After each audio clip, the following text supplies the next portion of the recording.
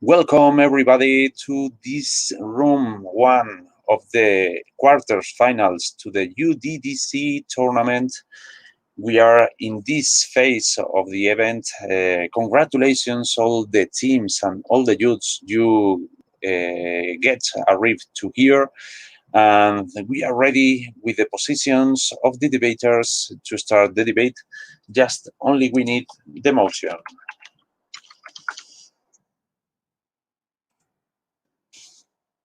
Mm.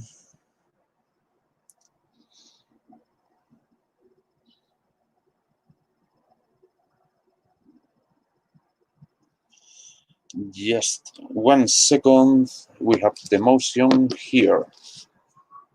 Mhm.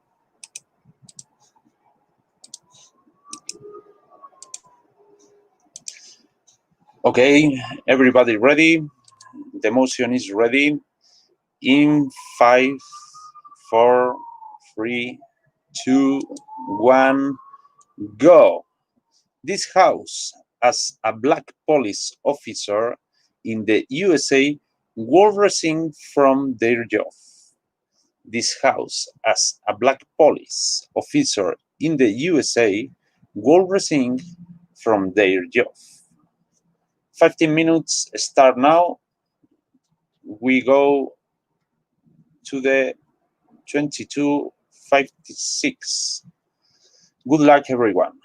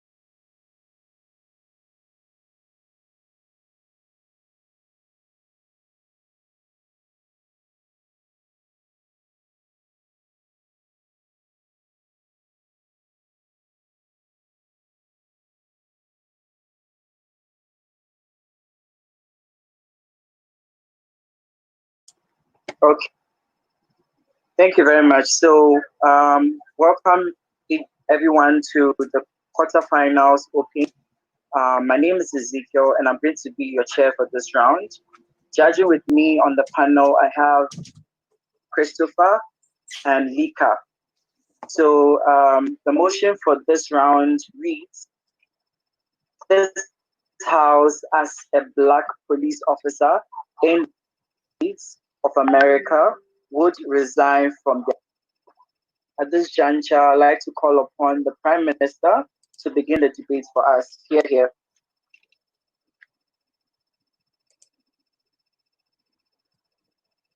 Hi, just to clarify, can you guys hear me okay? Yes. All right, give me a second to put the time and I'll start.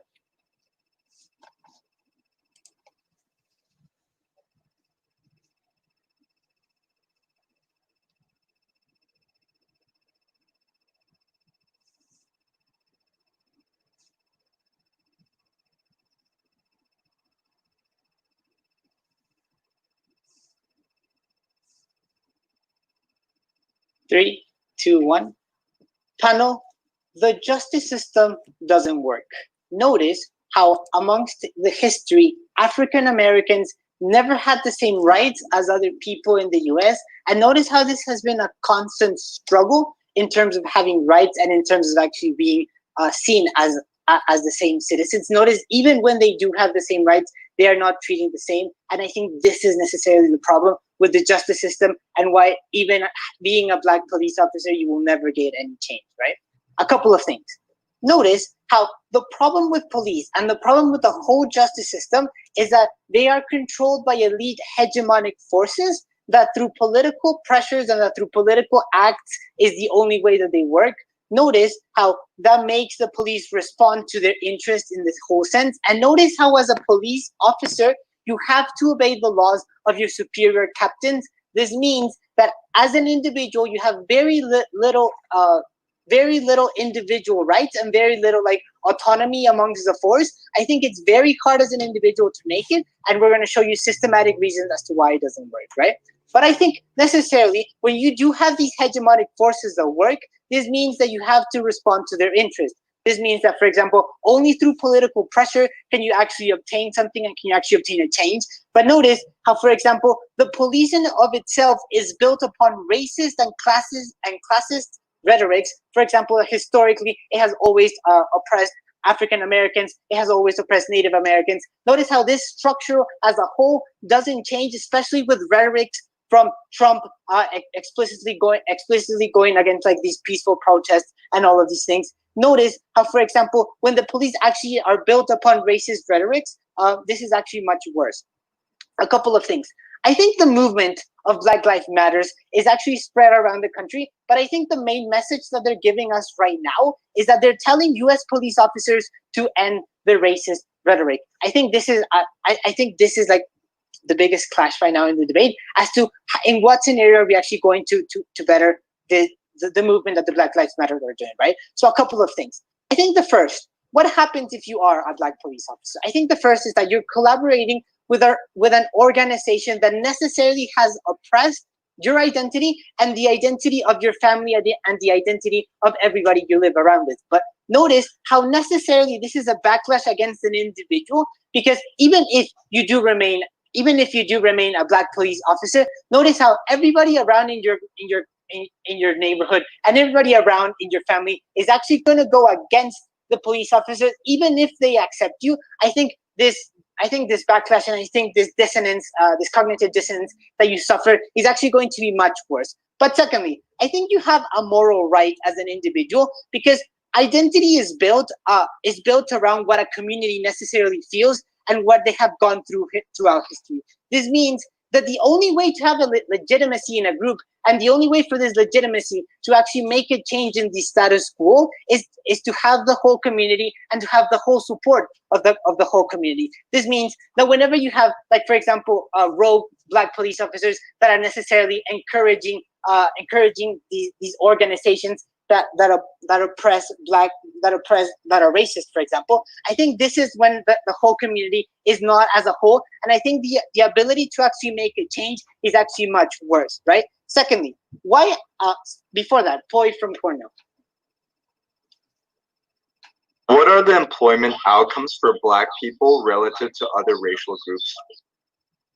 Tano, notice in our worst case scenario, even if he quits being a Black police officer, and even if he doesn't get a decent enough job, I think what we're trying to do here is in terms of principle, what we're trying to do here is in terms of even if he does remain in his job, I think it's going to be, the toll on him is going to be much worse in terms of everything that he's suffering from everybody around him, from everybody telling him, why are you still in the police? Why are you supporting such rhetorics? I think it's going to be much worse on him, even if he does remain homeless. I think that the principle of going against these groups as an individual is much better as a whole. Secondly, why will he actually choose that? So, right, I talked to you about the moral obligation to help the movement as much, but I think it's actually important that his movement actually rejects the whole of police officers. Notice how around the U.S. around the U.S. This group has never wanted, for example, peace treaties, has never wanted to necessarily speak to police officers and to know their side of the opinion. They necessarily reject the whole institution as a whole. And I think the only outcome that they truly want is to end with the institution. This means that even if the group accepts you because you're a Black officer, I think necessarily you're not going to get this whole acceptance, right?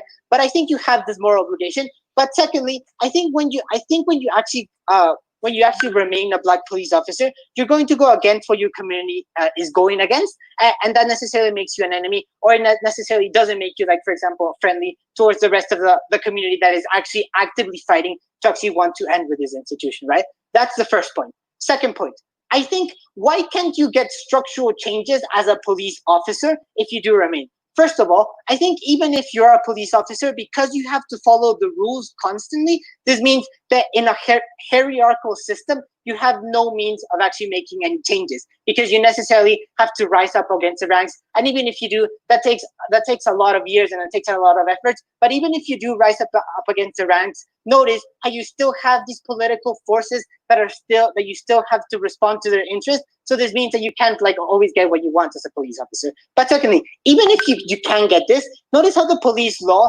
is actually tied to the states and the US's laws.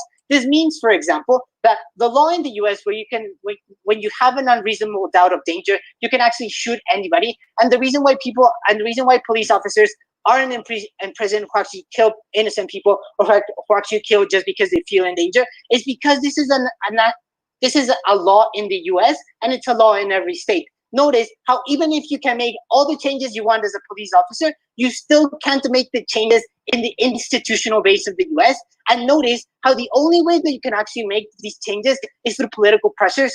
What we have seen right now in the news, for example, is that the reason why some police officers are actually going to jail right now is because of all the political pressure that these organizations and these groups are actually doing. And this means that necessarily they're going to be much stronger when they have the support from another Afro-American that is by their side. Secondly, opposition's best case scenario is two things. The first, that you can get the change. We've already explained to you why there are structural changes that limit you. The second, I think, even if the movement respects black officers, I think what happens is that you have this dissonance, this cognitive dissonance, in the sense that you're going to be rejected not only by your family. I think this is much worse, because when you have an oppressive system that necessarily has oppressed your family and your generation and everybody around your neighborhood, even if you're trying to get like this justice and trying to be the best possible police officer, I think it's going to be much harder for you to do this when everybody rejects you wherever you are. And I think it's going to be much worse necessarily whenever people actually go to you and tell you you have this moral obligation to do so, but you're still going and you're still following the rules of this hierarchical system that is actually much worse. What we need from an opposition is to tell us why this system is actually not bad, and why this system and why this police officer can actually make the changes when we've proven to you the structural reasons why you can't. Thank you.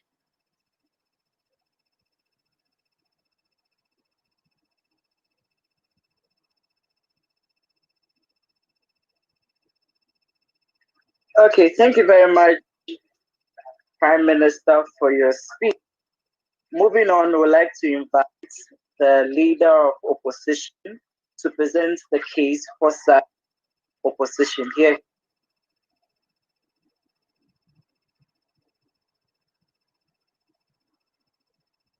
Hello, can you all hear me? Yes, okay.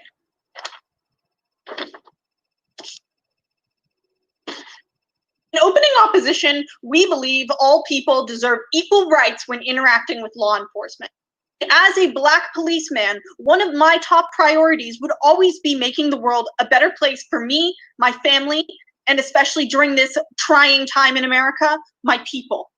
I'm going to run some refutation of the Prime Minister's case before identifying the actor of this motion's interests and how these are uniquely satisfied on side opposition, tearing down some of the hierarchy argument that OG tries to paint. My first point of refutation, even when rights are equal, they're not applied equally between races, is something that opening government tells you. And we agree. And this is exactly why we believe that accountability within the police system is actually the only mechanism to solve this kind of racist behavior. Talk a little bit more about that later, though. Okay, second, that they must obey their captain, right? We tell you that you don't actually have to obey your captain if they're breaking rules, right? There are mechanisms to report these captains to their superiors and change this bad behavior within the police force's upper echelons. Even if there's not, there are like outside investigating bodies that go ahead and do like a yearly review of a precinct and say whether this precinct is like acting properly and like handling their budget right and like not being racist. Like these organizations do exist and you can report things, so there is a way to like make a change from within. Moreover, your friends and family are against police officers, OG tells you, and we tell you this is untrue. Your friends and family are against racists. That's like, it's really demeaning to assume your loved ones would not see you as fighting racism on its front lines if you're within the police force trying to reform the behavior of other police officers. It's just to say that's cognitive dissonance doesn't make sense. She tells you that principle is intrinsically valuable, and opposing the police as part of Black Lives Matter is super important. Like, that's saying that you reject police as an institution, which is like not real. Nobody really wants anarchy and like nobody handling the law and taking care of murders happening, right? They don't oppose the police. They oppose the toxic racism present in the American police department.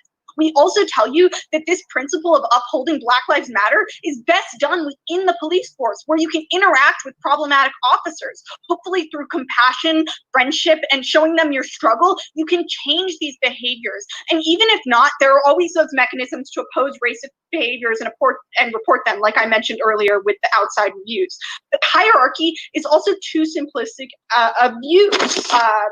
Because you are able to influence police officers who are at your same level. If you're interacting every day with your partner who is a white police officer who like might not be the most like correct person and has some racist opinions, you can potentially change those by showing them that like you're a person of quality and that like you deserve love and respect and not like brutality. So here are my interests as a Black police officer. My interests as a Black police officer are like, I have a desire to protect people. I want to be a hero. I want to earn a living to support my family, and I want to be have job security, right? And as a Black man, I want a safe world for my family and myself. I want reduced racism and better conditions for minorities, and I want an ability to be a leader within the African American community. And I'll tell you why we prove all of these uniquely on side opposition. Like the desire to protect people, you can't really be continuing with this role outside of the police department, right? Like as a police officer, your job is to serve, protect, and defend people who are in need. Like, that's a unique like benefit of always being a police officer that you won't get in another profession. It's harder to have that same like tangible impact on people, especially minority communities, where you serve as such a like friendly and welcoming face for other minorities. And that's super valuable because they're used to being brutalized by white police officers. So when they see a police officer like you, a minority, breaking that barrier, they are able to interact with you in a more meaningful way, and they feel safer. Whole communities feel safer because of you, and that's like intrinsically rewarding to you, right? But moreover, you feel safer. You feel like your family is safer, right? Like, if you feel like a black police officer is going to show up and help your black family when they're in a time of need, and or you maybe as that black police officer is going to show up, you feel much more secure than thinking about a white police officer showing up. Or if you're in your own precinct and making white police officers reform their behaviors in some way, like, you feel more comfortable when they go and report on your like black family if they're in trouble, right? Like, we think that there is a real tangible impact there. We also think that like being a living to support your family is extremely important to you, right? Like, you probably don't have a college degree if you chose to be a police officer because there would be better paying options. You probably only have a high school degree. And what's more, like, if you leave the police office, like you stop being a police officer, there are very few job opportunities for you. For example, a white felon is more likely to be employed in an interview than you are, even if you are black and have never committed a crime. That's a terrible thing, but it's a reality that sociologists prove again and again, that people have these implicit biases against these people in the job market, and it really hurts them. So if you have this secure job as a police officer where you have a union defending you regardless of your race, you're like, you don't want to put yourself back in that last hired, last fired reality when you have this security and way to like support your family, right? But we also think that you want to be an ability to be you want to be a leader in the African American community and like make things better for minorities. And we think that's uniquely possible when you create accountability within police departments, when you act as the minority's eyes and ears, and you fix things that you see are wrong within that department. If you let those departments be only white people, like, you'll never see the reforms you need because the reforms will be implemented and then not followed. A good example of this is the Minneapolis Police Department, where all these riots began, is actually one of the best police departments in terms of sensitivity training, and they give sensitivity training in dealing with minorities and a bunch of other special groups of people. And guess what? It's not actually practiced by the officers themselves. That's why you need minority officers on the ground in those police departments, telling people that they have to follow these rules, reporting them through these internal investigations when they're not following the rules, and trying to reform the behavior of people through like appealing to their humanity and their friendship with you. We think that you have a unique ability to change the way that Black people interact with the police department, and only you and your other brothers and sisters from minorities can make this difference within the police department, and you absolutely should, not for yourself and your family, but for everyone else as well. As a Black man, I am proud to oppose.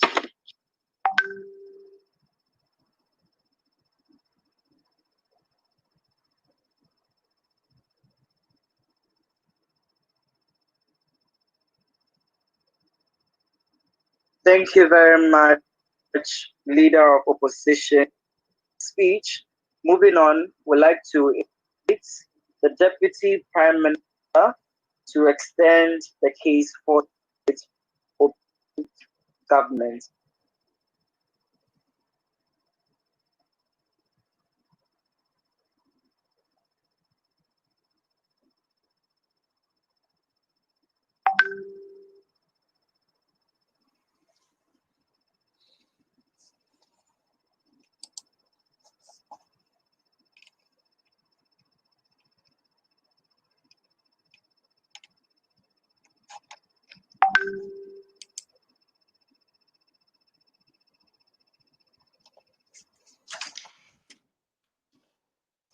Deputy Prime Minister, please, you have the floor.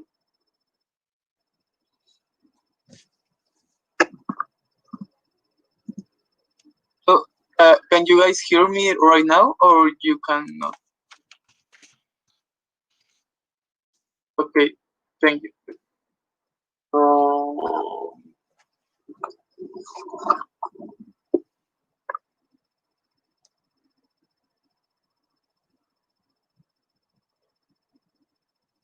I will start in 3, 2, 1.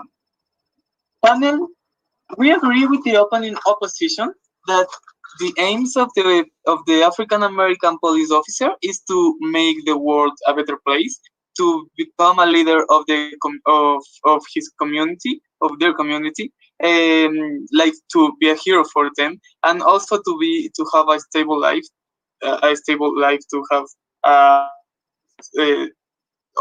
all the things that come after having a job. And with the opening up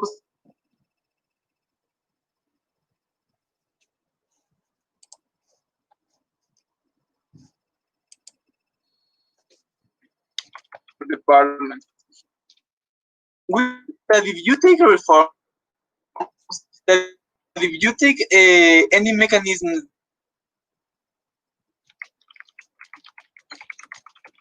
for you are Sebastian. intrinsically racist. Hello, Sebastian. Officer or department. Yes. Yes. Your line is breaking. So could you please exit and rejoin again, so you can.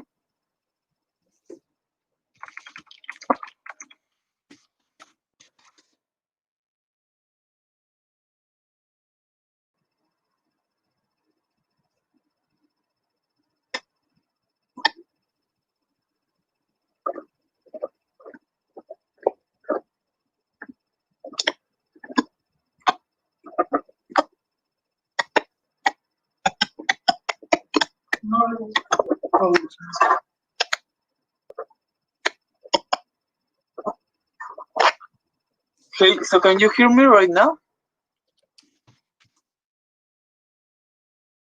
Okay, so I'm in 1 minute, right? Okay, I will restart.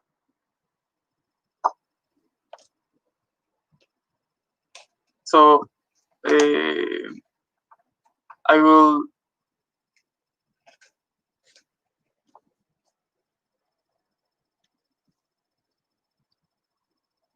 Okay, sorry for the trouble. I think I'm connected. Okay, I will restart speech right now. Can you hear me?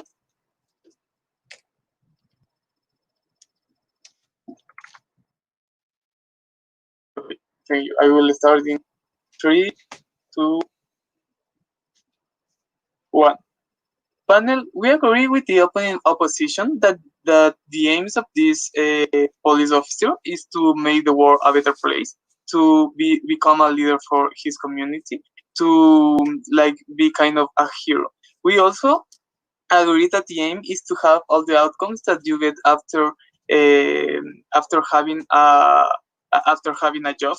Like having a job is important, but not by itself, but it's important because of what you get after having a job. We are going to explain that after later in this speech. Panel, the important thing with the opening opposition is that they do not explain why it's probable to change the police office department with reforms, with reasoning with these people, or with any mechanism that they propose. We think it is not probable at all, and we think as the aim of this police officer is to make the world a better place. The only alternative that he has is to skip fun. The thing is that we do believe that the police office intrinsically, or the problem is that this is intrinsically racist because it's founded in racist values by racist people with racist power. The thing is that if you racism in the US is a systematic problem that affects a lot of people, and that affects every institution in the country. The problem is that if you arm white people that are the product of systematic racists, and that are protected by a racist legal system, that are protected by racist laws, then the obvious outcome is to have racist acts in the streets, to have racist acts in the in the intrinsic acts of the police officer. We think this is very important panel to understand how the institution itself, because of how it is built, then it is based on racist values that cannot change because of the system. If you are a police officer in Texas, then it is highly probable that you are going to be a racist police officer, and there are no reforms that can change it. A great example of that of this is like Minnesota have tried everything. Have tried to impose accountability on people, on police officer. Have tried to impose cameras on police officer. Have tried everything they can try to become the police officer better off than they were. None of these have worked, and none of this is working because of this reason. Because of this is the product of a systematic racist society. We think also that basically the reasoning through compassion and through like appeal to the feelings of this white racist officer is not going to work. We see how they literally hang the neck until they shoot 10, 11 times to the same people till die. We see how these things, these horrible things, we are sure that there is no probability that they will feel through compassion or change their behavior through compassion, understanding what compassion is, and there are no reasons to think that they are going to understand in the future. Then, in this comparison that is very important in the debate, is what can he expect for the police department? And they say that the opposition, he can expect that it will change, that it will be a better better institution. Everything everything they tell us, we show you that this is not probable. But in the side of the government, why we tell you is that this time that the Black Lives Matter movement has a force that has such a force, you have to take an advantage of it as an individual, as a community. The thing is that historically, your family, you and your community has suffered from this racist institution, and this is the moment when you have to take advantages of it and make a change. We see how, for example, Chicago's mayor has tells the whole country that basically the rule to African American people in the US is to be afraid every time of police, to be afraid every time your son or your daughter go outside. You live being afraid of this institution. We say that in our side of the house, you have to legitimate the movement by resigning this job. You have to legitimate this movement by doing what it wants to do. That is completely destroy this institution, and if it is necessary to build a new one. But you are not going to get structural reforms with the mechanism that they propose us. Before it sends just a point to Victor. Is the U.S. Congress historically racist? Yeah, the key fact is that, as Angelo explained to you, there is not only the fact that you have actors that are racist. The people itself is has been historically racist. Then racism is fundamented on laws, and racism is fundamented on individual acts. That is, it's impossible for a person to change it. It is impossible for reforms to change it. This is very problematic, and this is the more important.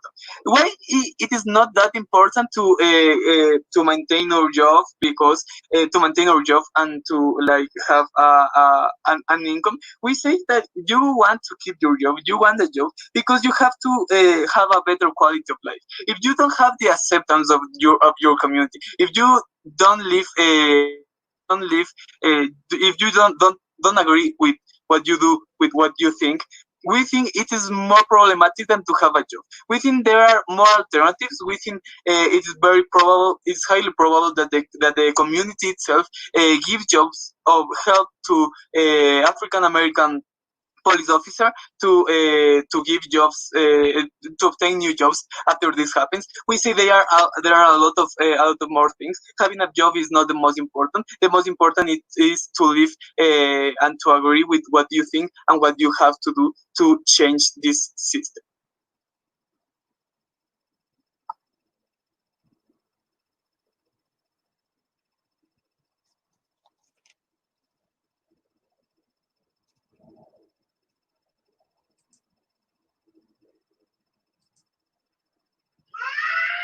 Okay, thank you very much.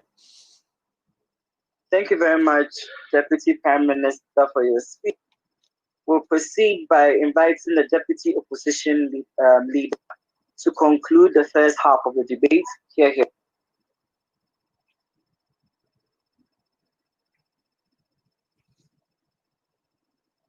Hello, can you hear me?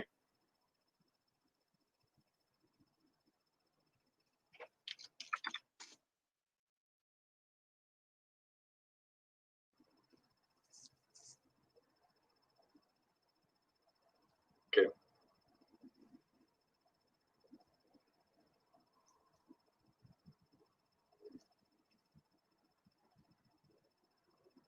I think opposition wins this debate on two accounts. First, I'm going to explain to you in which world does this Black police officer have better individual outcomes navigating oppressive structures as a Black person, and second, in which world does this Black police officer affect systemic racism of the police.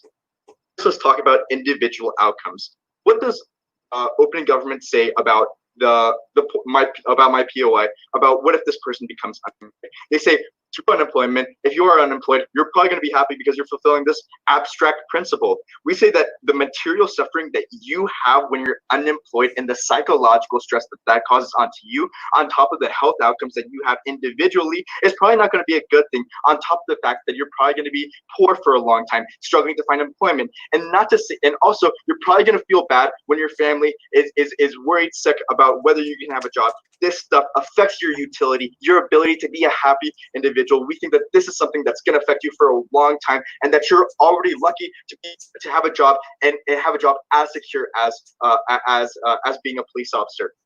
What does Marina say about this? She tells you a few things. She tells you about the education that you're likely to have that oftentimes acts as a barrier to you, and also just the fact of your identity. Not to mention the fact that you might be a multiply marginalized Black person. That is to say that you might be a woman, that you might have a disability. These things do affect you, and these things multiply the oppression that you face. But also note that you're typically, Black people are the first hired and the last, or the last hired and the first fired. That's to say that in any other job where there isn't this mechanism of having a union, you're typically they're probably going to let you go whenever the first layoff is, and typically these are going to be precarious jobs that you can get until you have like some good employment. We say that you're lucky to have this job and you have privileges in this job because one, police usually have unions that defend their right, that are obligated by the fact that they pay union dues to protect officers, to make sure that they don't get fired. This is why a lot of officers don't get fired if they commit something bad, because of police unions. They defend their right and make sure that they keep their employment, and also because the privileges you get as being a police officer as a Black person. Note that when you're a Black person, you get pulled over. Police officers, police over Black people all the time, but when you're a police officer, you can just put your badge right next to you when you get pulled over, and police automatically accept that. They respect that fact because you're part of the brotherhood. And typically in these cases, they back off when they see that. Before that point from closing government. What you are arguing is a subjective benefit. I don't think that you justifiably prove why this person should bank on the fact that they're exempted from racist practices as a justification of keeping their work. If you equally say that by staying in the police service, they get to make an impact on the rest of the Black community. Yeah, debate's kind of a subjective thing.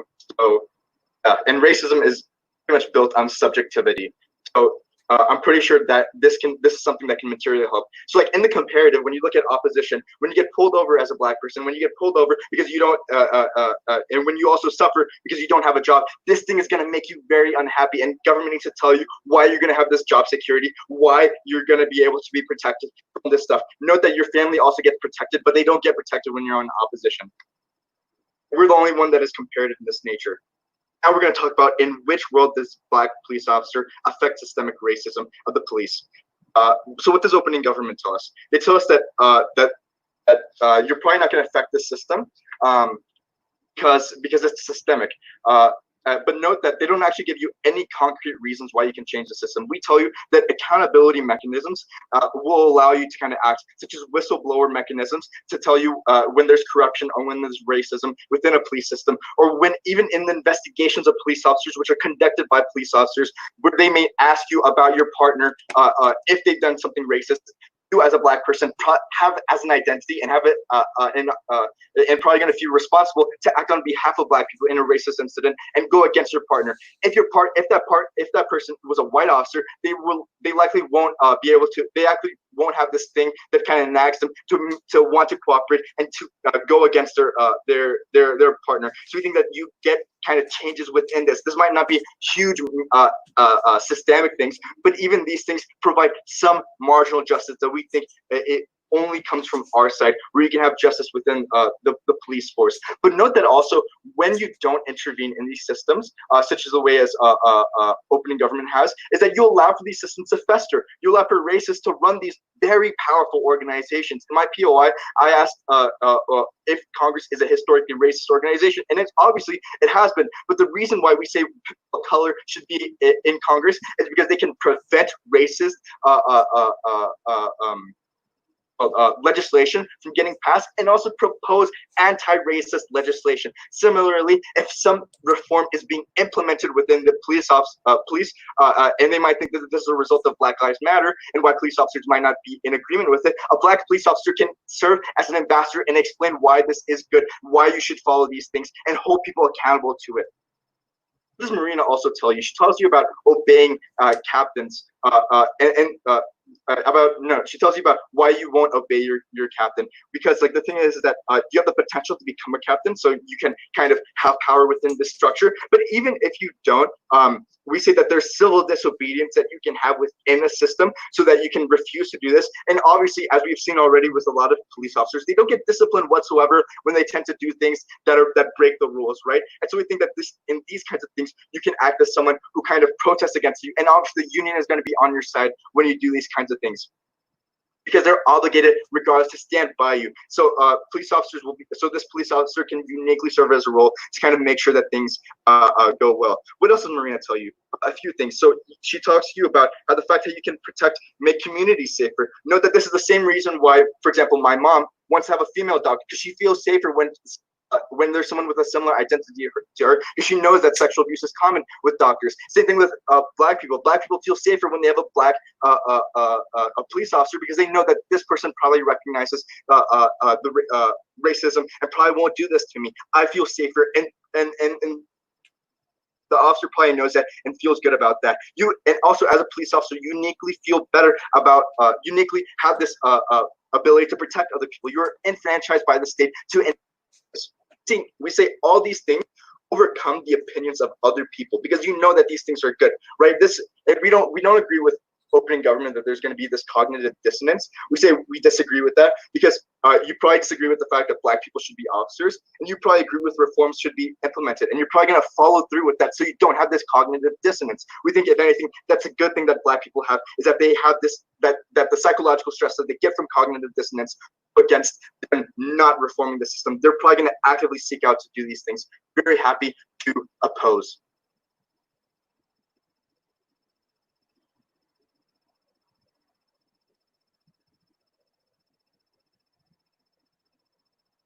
Okay, thank you very much, Deputy Leader of Opposition, for your speech. We've come to the first half of the debate.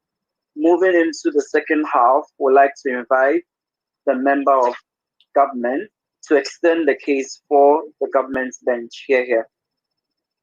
Thank you.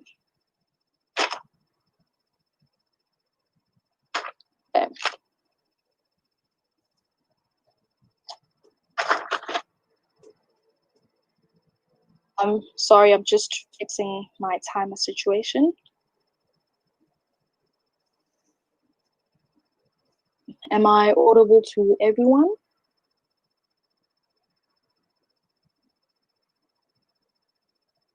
I'd say 2 people is enough. Oh, that's great. Okay, I am ready to begin. This debate requires that we ask a question. One, can the Black police officer make a reasonable impact to the community, that is the Black community, by remaining in the police force?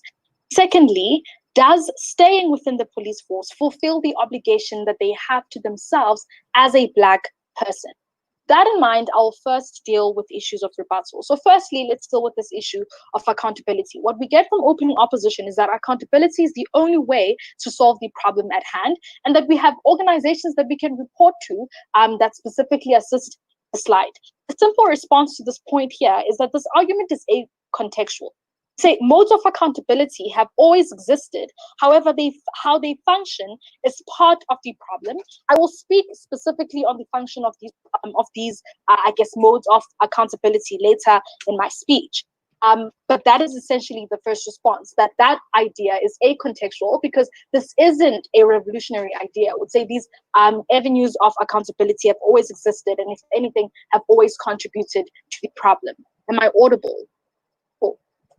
The second point that they bring is the interest of the Black officer. So what they say is that being a Black officer is the best way to be, firstly, a leader, to make an impact in the community, to make your community feel safe, because you are an active member in that society. The first response here is that it's weirdly usually white officers in Black neighborhoods who have to perform the role of a police officer. That's why in news updates, we usually see white police officers being the perpetrators of violence, being the ones who are murdering a Black victim, right? So we'd say weirdly with how the police system works is that it isn't predominantly Black police officers in Black neighborhoods. So they have a very limited chance of making such a great impact here. Secondly, I'd say as a Black person, as a Black woman, I'd say it is a form of activism to have the audacity to exist, to be a debater, to be an actress, to be anything. And so I don't believe objectively that you have to be a police officer in order for you to make the most memorable impact. Instead, would say just the very audacity to exist and be Black in spite of all the racism is sufficient to be a community leader, is sufficient to set a standard of what Blackness is like, regardless of what racist stereotypes dictate it to be. The last idea we're going to address here is that of job security. Essentially, they say the nature of they say that it is unlikely that police officers have the necessary skills for them to easily attain employment should they quit. The first response here is that the nature of their skills means that they can find employment in a similar line of work. So, for example, private security. This is something that a lot of former military members does. When they are no longer working for the state, they work for private organizations where they supply their skills. But secondly, would say even if you don't get a job, the organization that you're working for threatens the very existence of your family, of your community. Would say this is diametrically opposed to the reason why people get a job. They get a job because they want to offer security. If your job directly contradicts those efforts, would say it isn't worth staying there regardless. That said, let me then move on to my point, my positive matter. The first point that I'm going to look at here, how the nature of the problem makes it hard to be the exception that changes the system from within. And essentially here, we differ from OG in that they say that you have to climb up the ranks in order for you to make a recognizable impact. We're going to say it is almost impossible to make an impact because what needs to change simply doesn't. And here, this is also where I'm going to address how modes of accountability, but so what does status quo look like? In status quo, we say the problem proliferates because the underlying issues stay the same. And what these issues are, for example, is one, the training stays the same, specifically where police officers are taught to respond with violence when it comes to communities of color. But secondly, the legal system makes it purposely hard to hold police officers accountable. So for example, a police officer can review evidence against them before they make their argument in court. Secondly, should they face the threat of facing facing some sort of punishment, they can resign and work in a different department. And secondly, they work closely with prosecutors, which means that most of the time, prosecutors don't want to successfully take their case to court in order for it to be argued, right? And lastly, would say they have an established defense that always allows them to easily claim that they felt threatened. How does this then justify this Black officer resigning? Would say the very nature of the problem makes it hard for you to be the exception that changes the system from within. At best, the reason why Black individuals want to be a part of the system is because they believe that they can change it from within. However, they can never change the underlying structural issues, and therefore, at best, their efforts are futile, right? You would say the culture of policing also makes this very hard. So, for example, any officer, including Black officers, are ostracized for holding others accountable. But secondly, would say that it is like the department is largely white dominant, and so it is also difficult to make significant change in that regard. So, what we conclude here is that a Black officer can't enforce structural change, and therefore it is difficult for them to change the system from within. The second point that we're going to address, therefore, is the obligation to the South. But before I proceed, POI. Quickly. Am I audible? Yes. Am I audible? Yes. Please just answer this. How, when a black police officer resigns from their work, how it changes the black and white, the supremacy issue or the racial issue as a whole? The simple response to that is, one, they can be outside. They can be part of the people who are protesting, part of the people who are calling for change. However, assuming that you're going to paint that it's not effective, even if it isn't effective, would say they shouldn't have to bear the burden of staying in the system, that is also equally a threat to them and their community. So again, the obligation to the South. First, we would say the problem that the officer faces is that of a cognitive dissonance. So what opening government specifically tells you is that this cognitive dissonance means that they are ostracized by their communities. What we're telling you in extension is that, one, it hamstrings the police officer to act because they feel like they have an obligation to uphold protocol. So even in instances where they see the injustice as a Black person, they are hamstrung by the obligation to uphold protocol. The other part of the cognitive dissonance is that they still represent a symbol of what oppresses them if they don't quit. So they are the embodiment of what also oppresses them. They have an obligation to liberate themselves from this. Lastly, would say on principle, we support leaving the table when your seat is merely symbolic and isn't in any way a means for you to effectively change how things operate for the better. And for all of these reasons, we are proud to propose.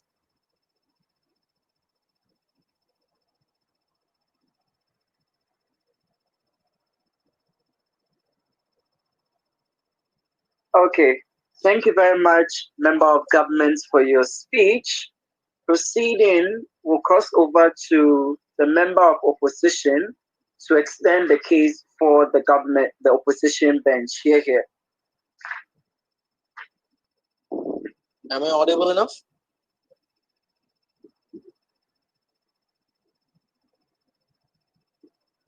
Hello? Hello?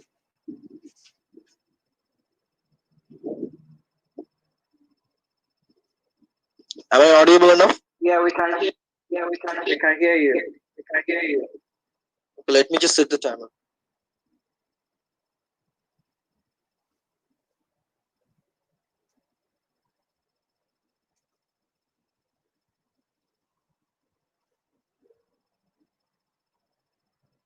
Okay. Starting in 3, 2, 1. Okay.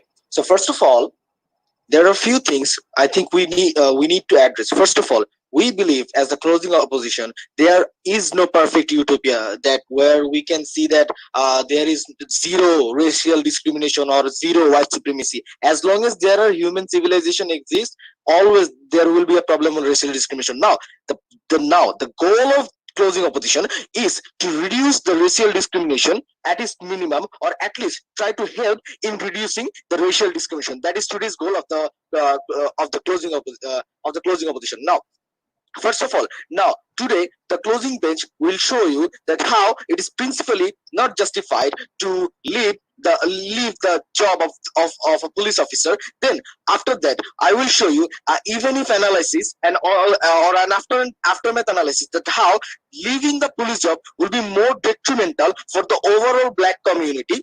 And third of all, we will also give you a particular the most best possible solution for the goal that we have set it today in today's house, which is kind of I think common for every bench in this today's house, except they have not specifically structured it. So first of all, we believe it is morally not justified to leave the job of a job of a police officer. First of all, why?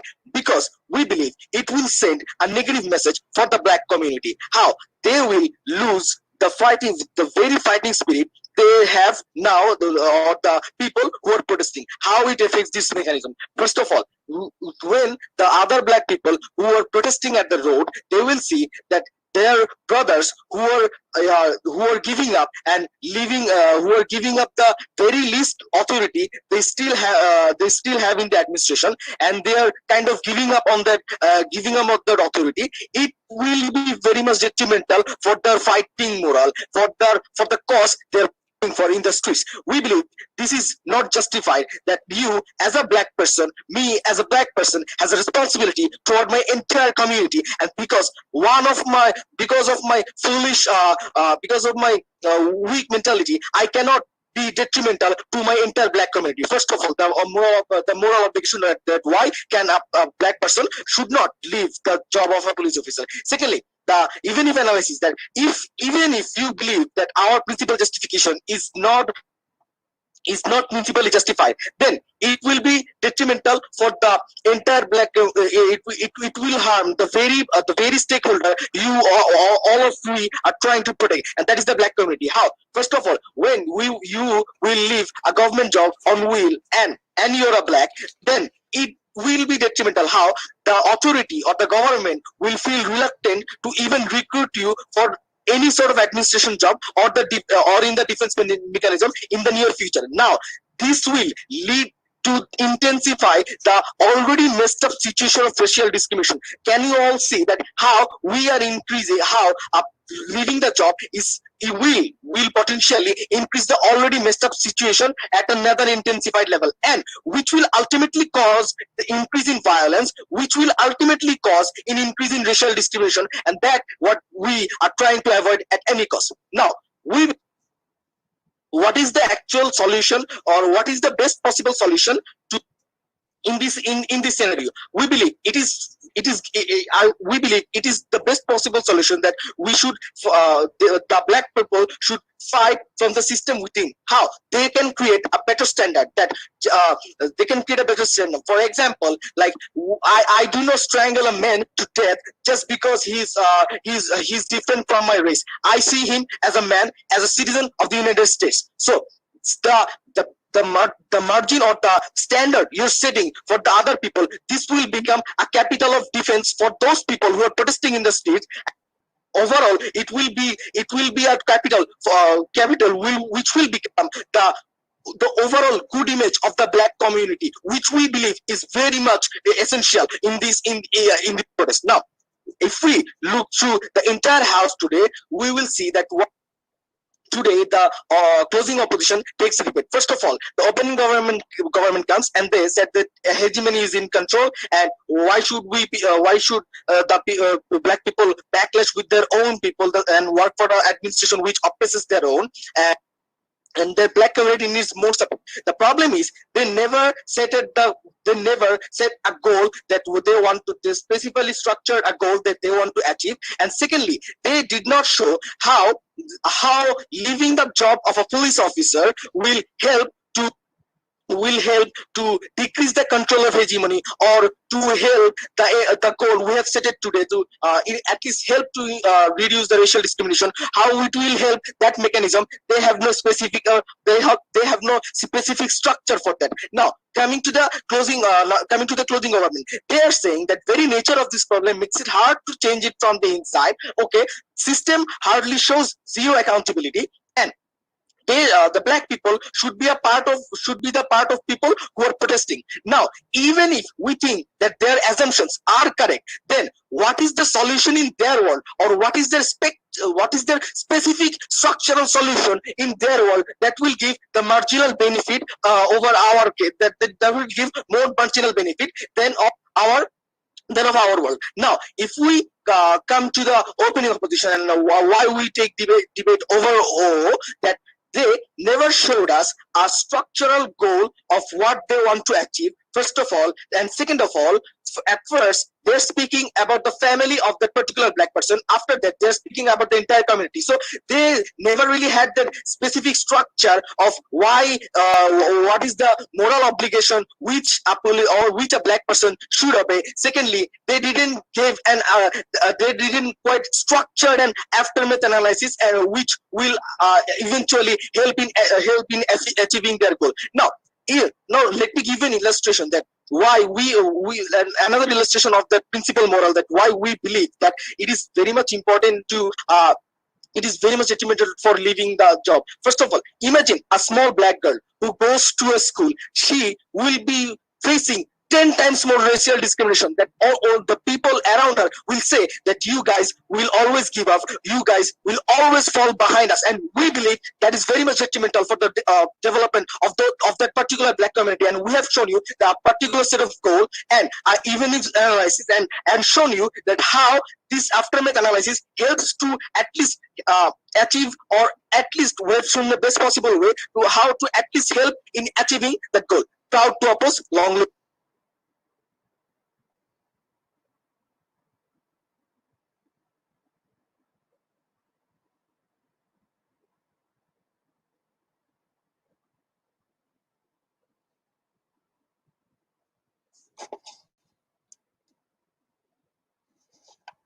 Okay, thank you very much, member of opposition, for your speech. So we'd like to invite the final speaker for the government bench, the government whip, to summarize the case for the government side. Here. Hello, am I audible?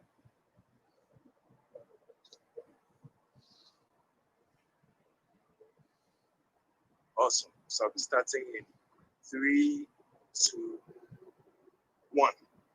In this debate, there are two primary questions. The first is that, is the job position of working in an institution that has been the enforcement tool of systemic racism mutually exclusive to standing with your members of your identity in fighting for racial justice?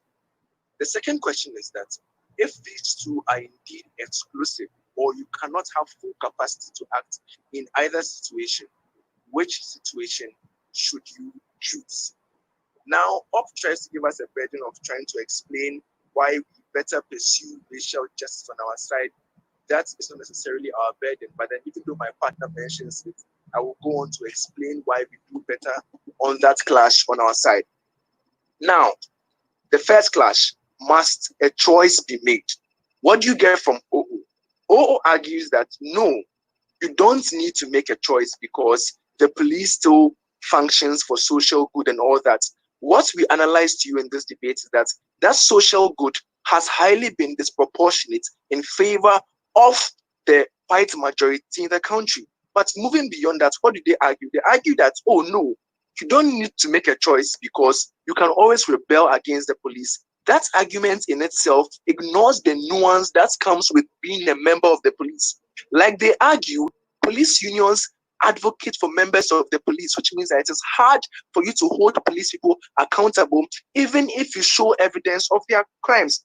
But next, like my partner mentions, there's a culture of punishing what is seen as disloyalty, as in many instances, cops who have told on their other cops and have exposed the other police members to accountability have received low support from their members. When they go out on operations, they don't have their support, have less funding, and receive excessive antagonism within the same police union. But next, they argue that, oh, because you have police friends, you can always use your identity to influence them. Note that That is the same argument that every single fucking Karen makes, that, oh, I have black friends, yet still they perpetuate the same racism that exists. Merely being around black people does not mean that you have the ability to fight against, or the incentive to fight against racism when it happens to other black people who are not your friends. Then they argue that minorities are going to feel more comfortable on their side. Note that, like my partner mentions, the likelihood of interaction between minority police officers and minorities is extremely low. Why? Because these minority police officers are few, but also because states have actively been blocking legislation that allows minority police officers to police their own minority neighborhoods. But even aside that, even if you can assume that they might be safer, these minority police officers still carry on as symbols of the oppression of black people. So then that alone is enough to make the minority members feel uncomfortable when interacting with them.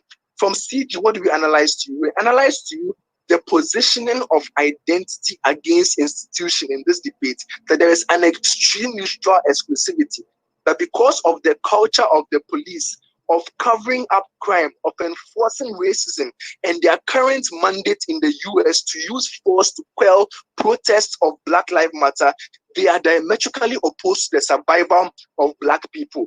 But next, we argue that there exists a cognitive dissonance, because if you are a member of any organization, it is your primary duty as that member of that organization to advocate for the reputation of that organization, to advocate for its continuity. But at this point, the continuity of that organization is diametrically opposed to your survival as a black person and as other members of your race. So then there exists a serious cognitive dissonance. Case in point, look at how Fanele was extremely unable to advocate for racial justice as WDC 2019 because of his membership of on the CAP and OCOM. Next clash in this debate. Why should that choice be for racial justice, which is by resigning? What they argue from OO is that, oh, job security is important, and as a black person, you will not get a job if you quit. Firstly, we show you how if you're a police officer, you have skills that are transferable, you can work in a private security organization. But even beyond that, the reason why many of these police officers work is because they want to protect their family members. They want to give them a livelihood. They want to ensure their survival. When you are working for an organization that enforces violent systemic racism against members of your race, what you do is to enforce the longevity and capacity of an organization that actively engages and suppresses the survival of your own family members who you deem worthy enough to work for. So in that case, the reason for which you work to protect your family members, it actively fought against when you are part of that organization. But next, we argue that the possibility for change on their side is extremely low because of the limitations that exist, because of the hierarchy that they are not a part of, because of the fact that it is extremely difficult for minorities to rise, but also because of the fact that these are policy decisions that are not made on a democratic level. They argue that you can influence decision making, not that the police does not make these policies by letting every single police officer vote on what they think is right. That's not how police is run. Next, what do we argue to you? We argue to you that real change occurs more on the side of mass protest. Note that the civil rights movement and all the marginally successful movements of racial justice have been through mass movements which affects policy making. On this side, as a police officer, because of that cognitive dissonance when you are a part of that police force, you are unable to advocate effectively against the police and against the systemic racism that your institution is a part of. By dissociating yourself from that institution, you are better able to call it out, to hold it accountable, and to join a movement that actively works and actually has a chance of creating change. My partner argues to you why this is important and must be prioritized because of the primacy of identity, that your black identity should supersede any form of association that you have. But next, we argue to you that simply it is the morally superior action to take. But even more than that, what we show you is that where real change occurs, mass action is directly inhibited by your association with the police. So on our side, we show you a place where you have a greater capacity of creating change, even if that's what we are supposed to prioritize in this debate. Proud to propose.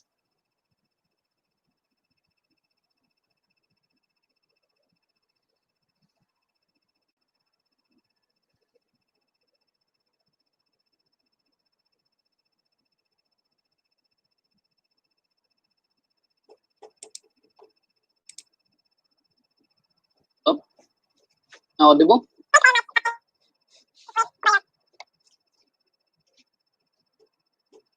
Hello.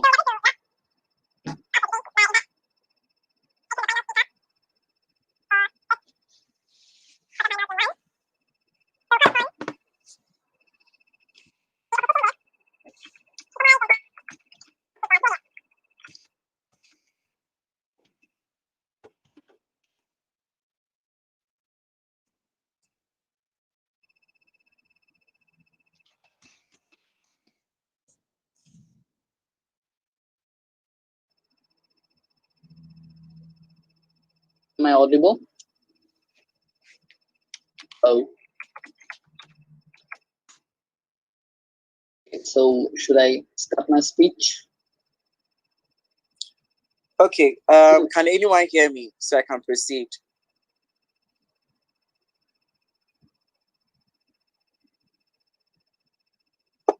Okay, so thank you very much, government, for your speech. So at this point, we'd like to call upon the final speaker for the debate round, the opposition whip, to summarize the entire debate for us. Thank you, panel. Am I audible? I'll count like 1, 2, 3, 4, 5, 6. Was it clear enough? Yes. Okay. Thank you. Starting my speech in 3, 2, 1. Thank you, Honorable Speaker, for giving me the floor. Honorable Speaker, to me, very clearly, the government side is a side that is very pessimistic in their life, because when opposition shows very clear-cut, real life aftermaths or real life advantages we can get from a black cop being in a police force, and they only based on a fact, and that fact is they only say that this is not morally right, or this is not principally right, or this clashes with the the directly clashes with the result of job, or why we do a job. And it's a very easy burden for the opposition to hammer this. And to hammer this, I will start with this logic that when closing government says that job offers security, and when your people are not getting this much of security, then it clearly opposes with the value of your, with the moral of taking any job. We believe that when you talk about security, it is not just about black people's security. It is also about your nation's security. It is about also white people's security. So as a whole, when as a police officer, you have so many securities to ensure, and like one of them is not fulfilled much, then this moral burden does not that much fully sustains in this debate, on our speaker. Now, when talking about that, think about two factors. Now, I will give you two exclusive logic that was only explained or only welcomed in this debate by closing opposition, and how these two exclusive logics actually determines the debate on our side. First of all, when you talk about, and when even in the debate, we all of us talk about racism, we talk about how Black Lives Matter. We clearly forgot that there's another factor like terrorism. We clearly forgot that there are another factor like taking control of area, gangsters. We clearly forgot about them. Now, why? When when opposition member of opposition, if our speaker when says that a police job is not a type of job you just leave overnight. This is the reason, Honorable Speaker, because we believe when you as a black police officer leaves your police job, that will create an opportunity for terrorists to attack your country. That will create an opportunity for the gangster to take control of the area. So we, from the closing opposition, only showed you that how a police job is exclusively really important in a country, and why moral justification does not overcomes this type of real life scenario that is going to hamper a country if a police officer, especially a police officer, leaves his police job overnight, on our speaker. Very clearly, closing opposition shows you, yes, I will take the POI, but not now. So very clearly, closing opposition shows you that principally why a police job is far more exclusive than any other job, and why just a moral justification cannot overcome this type of real life actual risk for a country on us, and how a life of like only black people is, why the life of country, why the life of both white and black people is more serious and more important than just black people's life on our speaker. Secondly, I will show you another exclusive logic on our speaker. When we talk about creating a scenario where racism is lower, when closing opposition shows you this type of phenomenon, when where racism will be lower, or the level will be less, then we believe we only show you a scenario. Now I will explain this logic to you on our speaker. When you see in an area white people is complaining about something that a black people maybe like hit him or something, this type of scenario can happen. We believe that it is either ways, like a white people can hit a black people, also a black people can hit a white people. But in a scenario where a black people hit a white people and there comes a black cop, this black cop goes by the rule or abide by the rule, and he by rule he punishes the black people. That creates a message in the society that black people are not different by us, not different from us, and black people abide by the same rule that we abide by. We believe on our speaker this scenario as a whole, or this structure as a whole, is important to develop the as a whole scenario of racism on our speaker. So very clearly, closing opposition shows you that why a black peoples or a black police officers being in the police force eventually creates a greater message or a good message even in the mind of a white citizen. Yes, PY from opening government. 5 seconds. Panel, we're the only ones who mechanize you that the only way to make changes is through political pressure, which only happens as a unified group. In opposition, you are divided. Angela, I get it. Yes, Angela, I get it. You see, on our speaker, when you talk about racism, like this is very clearly a subjective, and you cannot let emotions or whistleblowers away from this. Now, I will come to that point. We believe that when we talk about a subjective issue, it is not just the law, it is also the people on our speaker. Because when, as a whole, your people believe in something, the people will follow that. We believe that emotion plays a part in that, and now that's where we give another exclusive extension from OO on our speaker, because you see, OO mentioned about the accountability or whistleblowers system within the police force. So we show you that how even the lifestyle or being together in a police force can create an emotional impact on this scenario. And we believe on our speaker, in a subjective case, why emotional impact is more important than a whistleblower scenario on our speaker. Now, when opening opposition talk about the whistleblower scenario, we believe that emotion is more important in this case, because on our speaker, because there are many people to defend white people. So when we're trying to punish someone, or when we're trying to point finger towards any white people, there will be someone, or there will be any communist, there will be any person that is going to defend them. Rather, when you talk about emotion, when you talk about emotionally change, we believe that is more important in a subjective scenario like racism on our speaker. Now, clearly opposing or giving rebuttals to CG on our speaker, CG said another logic, that stay in a system that hammers my country. Now, even when a football coach coaches any country, he represents his country. Like the same way, a black officer represents his community in the police force. And people from a different country can coach a different football team that may or might stop his country, the coach's own country, to enter into the World Cup on our speaker. So we believe this type of emotional barriers will come to a professional's life, and we believe in a scenario where we have a more impactful scenario where he stays in his job and taking this type of principal values or morals more seriously. We believe like a football coach, when he coaches the team, he represents his minority and also like his minority or his country, and this we believe that this is a more representation or greater value of the footballers of his country.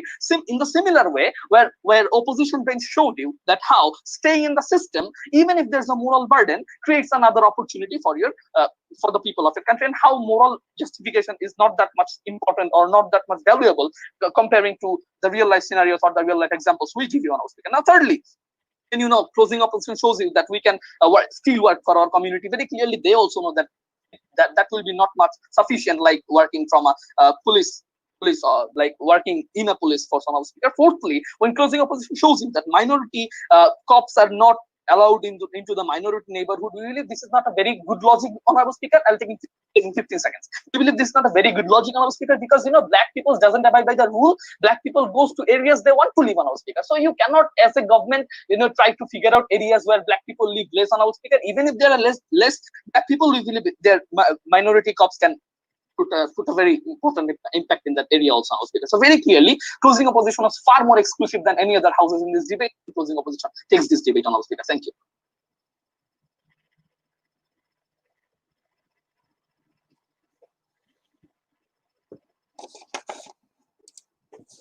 Okay, thank you very much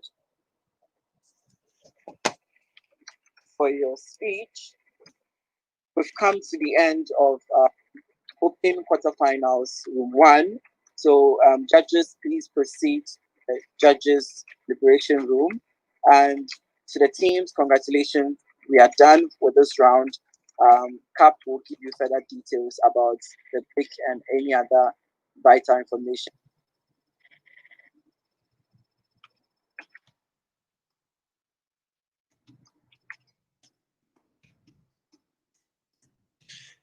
Thank you, everyone, to follow the debate with us since the UDDC tournament was a very nice debate. And thank you if you subscribe to our YouTube channel and you make a like, you give us one like, will be wonderful, and you are helping us to make more events, more debates, and try to take the debate to every part of the world.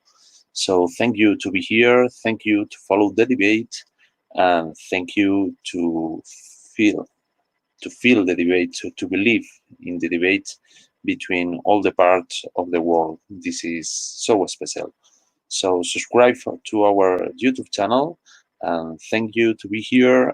See you to the next room, the last room of the quarterfinals, tomorrow at 16 hours cut from Africa. Thank you, and see you tomorrow.